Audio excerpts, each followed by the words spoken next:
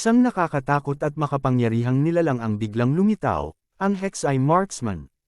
Isa itong sundalong may ranggong A-class at nasa level 11, ngunit hindi basta-basta ang kakayahan nito. Ang Hexeye Vision ay nagbibigay rito ng pambihirang paningin na umaabot hanggang 1 milya ang layo. Kaya nitong subaybayan ang bawat galaw ng kalaban at tuklasin ang mismong kahinaan nito. Samantala, ang Magic Arrow ay gumagamit ng napakalaking dami ng lakas upang lumikha ng isang mahiwagang palaso na kayang tumama sa kaparehong distansya ng kanyang paningin, at ang pinaka-nakakatakot sa lahat. Doble ang pinsalang ibinibigay nito. Napatingin ng mabuti si Pluto sa kanyang bagong sundalo. Agad niyang napagtanto kung gaano ito kalakas. Mahigit 1 milya ang abot ng kanyang paningin, at ganoon din kalayo ang kayang tamaan ng kanyang mga palaso. Para kay Pluto, malinaw ang isang bagay. Ito ang perpektong mandirigma para sa long-range combat. Ngunit may isa pang bagay na higit na nakakagulat. Ang sundalong ito ay umunlad na rin, at halos kapantay na ng sarili kong lakas. Habang lumalakas si Pluto, lumalakas din ang kanyang sundalo. Ngunit bago pa man makapagdiwang si Pluto, biglang umalangaw ang isang nakakabahalang babala mula sa sistema. Babala. Hindi pa kumpleto ang ebolusyon ng Hexeye Marksman. Hindi ito maaaring lumaban hanggat hindi kumpleto ang ebolusyon. Napakunot-noo si Pluto. Ibig sabihin, bagamat napakalakas na nito, may mahalagang bagay pang kulang sa sundalo.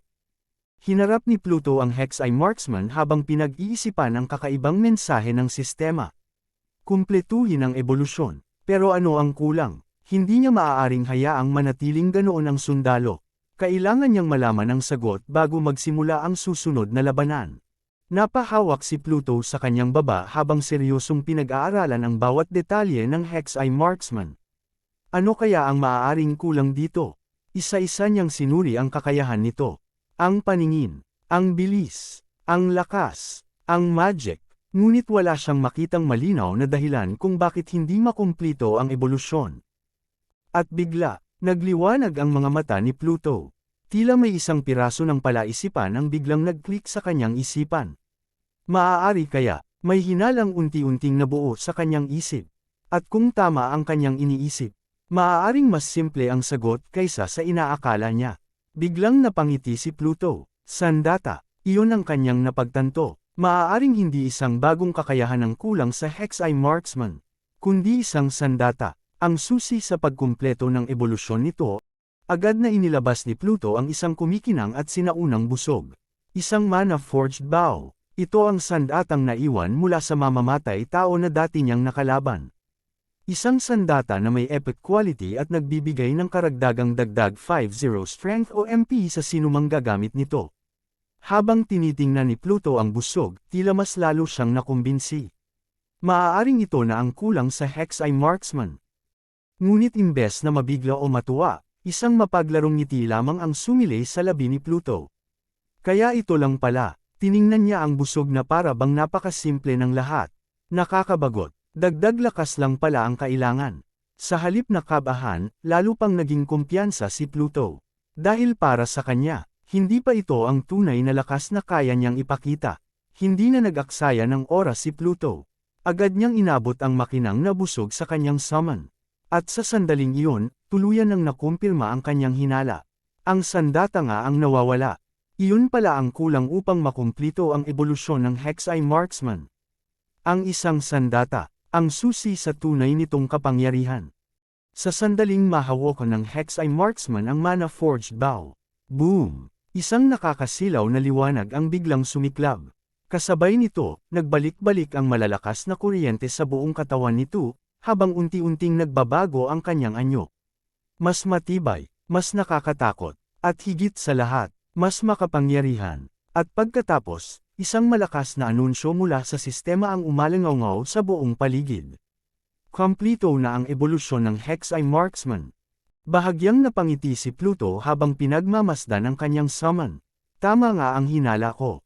Ngayon ay may isang bagay na malinaw sa kanya. Kahit ang isang bangkay ay hindi makakapaglaban ng maayos kung wala itong hawak na sandata. Mukhang patunay iyon na kahit ang mga summon na nilikha mula sa mga bangkay ay may mga limitasyong kailangang pagdaanan.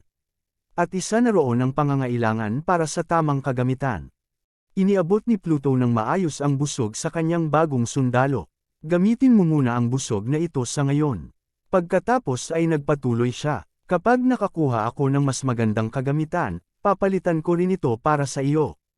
Para kay Pluto, pansamantala lamang ang sandatang iyon. Dahil alam niyang, mas malakas pang kagamitan ang darating sa hinaharap. Ngunit sa halip na tahimik na tumango lamang ang Hexai Marksman. Bigla itong nagsalita, sa malinaw at magalang na tinig, buong katapatan nitong sinabi. Sinusunod ko po ang inyong utos, Ginoo. Nanlaki ang mga mata ni Pluto. Hindi niya agad na proseso ang kanyang narinig. Ano, ang aking sundalo, nakakapagsalita na. Hindi lamang pala simpleng pagbabago sa lakas ang nangyari. Ang ebolusyon nito ay tila nagdala rin ng mas mataas na antas ng kamalayan at katalinuhan. At para kay Pluto, isa itong napakahalagang senyales ng pag-unlad. Tumingin ang Hexai Marksman kay Pluto. Walang pag-aalinlangan sa kanyang mga mata. At muli itong sumagot ng may lubos na katapatan. Opo, Ginoo. Sa sandaling iyon, hindi na lamang isang ordinaryong summon ang nasa harapan ni Pluto. Isa na itong tunay na alagad. Ngunit biglang lumuhad ang Hexai Marksman sa harapan ng kanyang Panginoon. Mahigpit nitong hinawakan ng busog habang tila nag-iipon ng lakas ng loob. Ginoo, bahagya itong yumuko. Mayroon po akong isang kahilingan. Napatingin si Pluto sa kanya at bahagyang tumango. Mabuti, sabihin mo. Dahan-daang nag-angat ng mukha ang balangkas. Sa unang pagkakataon, may kakaibang emosyon sa kanyang tinig. Hindi ito utos. Hindi ito laban. Isa itong simpleng kahilingan mula sa isang nilalang na gusto lamang nagkaroon ng sariling pagkakakilanlan. Pakiusap po, sandaling tumahimik ang paligid, bigyan niyo po ako ng isang pangalan. At sa sandaling marinig yun ni Pluto, isang bagong simula ang tila nabuksan sa harapan ng kanyang sundalo. Napahinto si Pluto, tahimik niyang tinitigan ang kanyang bagong nilikha na nakaluhod sa kanyang harapan. Isang pangalan. Paulit-ulit na umalingaw ang salitang iyon sa kanyang isipan. Alam ni Pluto na hindi ito basta simpleng tawag lamang. Ang isang pangalan ay nagbibigay ng pagkakakilanlan. At higit sa lahat, maaari nitong maging simbolo ng bagong buhay at bagong kapalaran ng kanyang tapat na sundalo. Napaisip ng malalim si Pluto. Sa totoo lang, masyadong mahaba ang Hexai Marksman. Ordinaryo lang pakinggan, at hindi rin bagay sa isang sundalong ganito kalakas. Matapos ang kanyang ebolusyon, hindi na siya basta isang ordinaryong undead. Karapat-dapat siya sa isang pangalan na may bigat. Isang pangalan na kapag narinig ng kalaban, ay magbibigay sa kanila ng matinding pangamba. Patuloy na nag-isip si Pluto. Siya ang kauna-unahan kong sundalo na ganap na nag-evolve. Hindi ko basta-basta maaaring bigyan ng kung anong pangalan. Ito ang unang nilalang na nakamit ang ganitong antas sa ilalim ng kanyang kapangyarihan. Kaya para kay Pluto, kailangan itong maging espesyal, isang pangalan na hindi lamang madaling tandaan, kundi isang pangalan na kayang maging alamat. Tumahimik ang buong paligid, walang nagsasalita, tanging malamig na hangin ang dumaraan sa pagitan ni Pluto at ng kanyang nakaluhod na sundalo. Habang naghihintay ang alagad ng kanyang magiging pangalan, patuloy namang naghanap si Pluto ng tamang salita, isang pangalan na karapat-dapat sa isang tunay na mandirigma. Ngunit habang nag-iisip siya, biglang may isang alaala ang sumagi sa kanyang isipan. Biglang nagbago ang eksena, mula sa kasalukuyan, bumalik ang alaala ni Pluto sa isang madilim na nakaraan. Isang wasak na gusali ang makikita sa gitna ng isang lugar na sinalanta ng digmaan. Mga guho, mga bato, makapal na usok, at ang katahimikang tila nagtatago ng isang malagim na lihim. Dito niya unang nakita ang isang mandirigmang hindi niya kailanman nakalimutan. Sa pagitan ng mga guho, may isang lalaking tahimik na nakapwesto sa malayo. Suot nito ang isang itim na sombrero habang hawak ang kanyang rifle. Flick, dahan-dahan niyang inayos ang sandata. Walang kaba, walang pag-aalinlangan, walang kahit anong bakas ng takot. Isa siyang veteranong mandirigma na parang ipinanganak para pumatay mula sa dilim. At sa isang simpleng paghila lamang sa gatilyo, kayang baguhin ng taong ito ang takbo ng isang buong labanan. Noong panahong iyon, bata pa si Pluto. Hindi niya mapigil ang pagdudahan ng kakaibang sitwasyon. Tumingin siya sa rifle at nagtanong ng may halong kaba at pagtataka. Totoo ba talaga? Kaya ba ng Ripleng iyan na pabagsakin ang kanilang makapangyarihang pinuno? Hindi pa siya kumbinsido. Sigurado ba tayo? Paano kung mabaigo tayo, hindi ba tayo mapapahamak? Napatingin sa kanya ang veteranong mandirigma. Halatang nagulat ito sa kamangmangan ng batang Pluto. Bag ito, alam mo ba kung sino ang taong kaharap mo? Saglit itong tumingin sa misteryosong sniper. Siya ay isang buhay na alamat. At pagkatapos ay ibinunyag niya ang bagay na hindi kailanman malilimutan ni Pluto. Nakapatay siya ng isang kalabang general mula sa layong halos 4 na milya. At ang mas nakakatakot, hindi man lang siya napansin ng kanyang target. Patuloy ang veterano, dahil sa kanyang kakayahan, nagkaroon ng isang espesyal na pangalan para sa kanya ang mga kalaban. Isang bansag na ipinapasa mula sa isang sundalo patungo sa isa pa. Isang pangalan na binibigkas lamang ng may takot. Dahil para sa mga taong nakarinig nito, ang ibig sabihin ng pangalang iyon ay kamatayan na hindi mo kailanman makikita. Nakaluhod sa pwesto, mahigpit na hawak ang kanyang rifle, ang lalaking tinatawag na, ang malayong tagapag-anihil, ay tila naging isang anino ng kamatayan.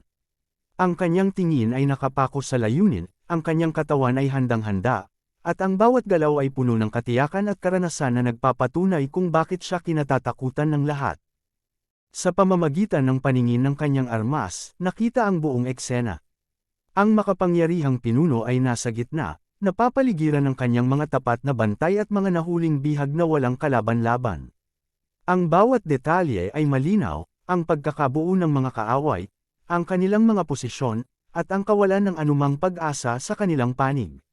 Wala silang kaalam-alam na ang isang nakamamatay na mata ay nakatutok na sa kanila mula sa dilim.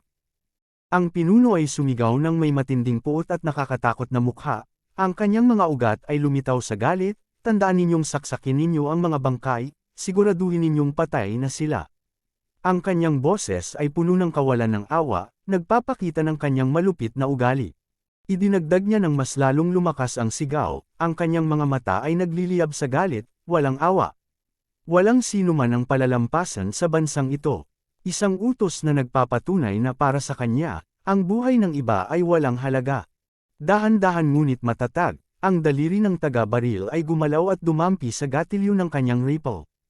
Ang bawat kalamnan ay nakahanda, ang hininga ay pinigil, at ang sandali ng katotohanan ay dumating na. Krakum! Isang nakabibinging pagsabog ang yumanig sa paligid. Ang bala ay lumipad ng mabilis na parang kidlat, humahawi sa hangin at nag-iiwan ng nakamamatay na landas sa pagitan ng matatayog na gusali. Swoosh! Ang bala ay dumaan sa ere nang walang sinumang makapigil dito. Ang pinuno ay nanlaki ang mga mata sa gulat, naramdaman ang hangin ng kamatayan na huli na ng mapagtanto niyang siya ang target. Ang pawis ay tumulo sa kanyang noo habang ang tadhana ay dumating na. Isang matingkad na pulang silweta ang nagpakita ng marahas na pagtatapos. Ang bala ay tumpak na tumama, nagdulot ng pagbagsak na walang pagbabalik, at ang dugo ay kumalat bilang patunay na ang alamat ay tumama na muli, walang palya, walang nakaliligtas. Isang matinding kaguluhan ang sumiklab sa buong paligid. Sniper, sigaw ng mga bantay, puno ng takot at pagkalito. Magtago, lumuhod. Nagkakanya-kanya silang naghanap ng pwesto, ngunit huli na ang lahat. Ang kanilang pinuno ay nakahandusay na sa lupa, walang buhay sa gitna ng mga durog. Sa alaala, nanlaki ang mga mata ni Pluto sa hindi kapani-pani walang tanawin.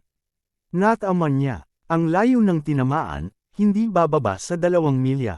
Bulong niya sa sarili, puno ng pagkamangha sa galing ng lalaking nasa harap niya. Ito ay, hindi kapani-paniwala. Lumapit ang batang Pluto sa alamat, puno ng paghanga at determinasyon. Kapatid, ano po ang pangalan ninyo? Maaari niyo po ba akong turuan kung paano Mama Meryl? Tanong niya, handang matuto mula sa pinakamahusay. Itinukod ng lalaki ang kanyang rifle sa balikat, ngumiti ng bahagya at sumagot ng may tiwala, ang pangalan ko ay Archer. Ikaw naman, bag ito. Isang simpleng sagot na nagtatago ng dakilang kasaysayan. Ang pagbabalik sa kasalukuyan. Muling naglaho ang nakaraan at bumalik ang diwa ni Pluto sa kasalukuyan. Ang kanyang mukha ay seryoso at puno ng kahulugan, ang kanyang mga mata ay naglalaman ng desisyong na isakatuparan. Humarap siya sa kanyang lumuluhod na nilikha, hawak ang makinang na espada at binigkas ng buong kapangyarihan, simula sa sandaling ito, ang iyong pangalan ay magiging Archer. Nagliyab ang asul na liwanag sa mga mata ng bangkay at isang malalim na tinig ang umalangaw-ngaw, "Tinatanggap ko po ang pangalang ito, aking Panginoon." Agad na lumitaw ang katibayan ng kanyang pagbabago, Archer, Uri, Hex ay Marksman, Antas, 11. Sa huling pagkakataon, iniutos ni Pluto, "Bumalik ka na, Archer." Sa isang biglaang pagyanig at tunog ng kapangyarihan, unti-unting naglaho ang kanyang nilikha pabalik sa kadiliman, handang sumunod sa susunod na utos ng kanyang Panginoon. Matapos ang paglisan ng kanyang nilikha, lumitaw ang isang mahalagang abiso sa harap ni Pluto, bilang ng nagbago na sundalo, 1/5.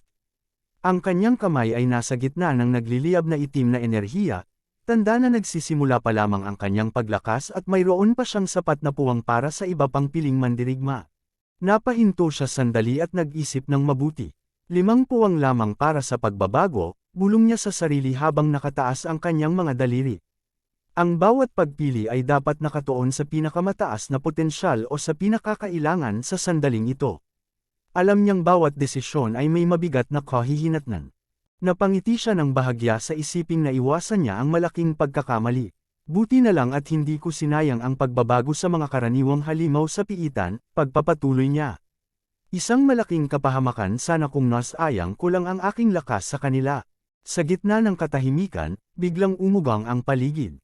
Isang makinang na berdeng bilog na mahika ang lumitaw sa lupa.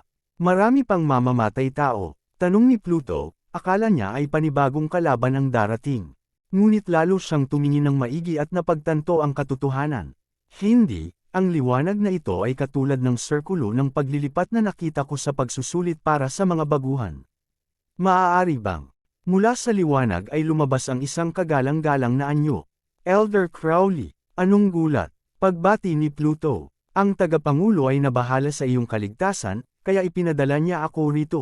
Paliwanag ng matanda, hindi alam ang nakatagong katotohanan sa paligid. Napahinto si Elder Crowley. Ang kanyang mga mata ay nanlaki at ang kanyang mukha ay napuno ng pagtataka at pangamba. Ano, ang kanyang nanginginig na bulong, habang unti-unting nakikita ang lawak ng nangyari.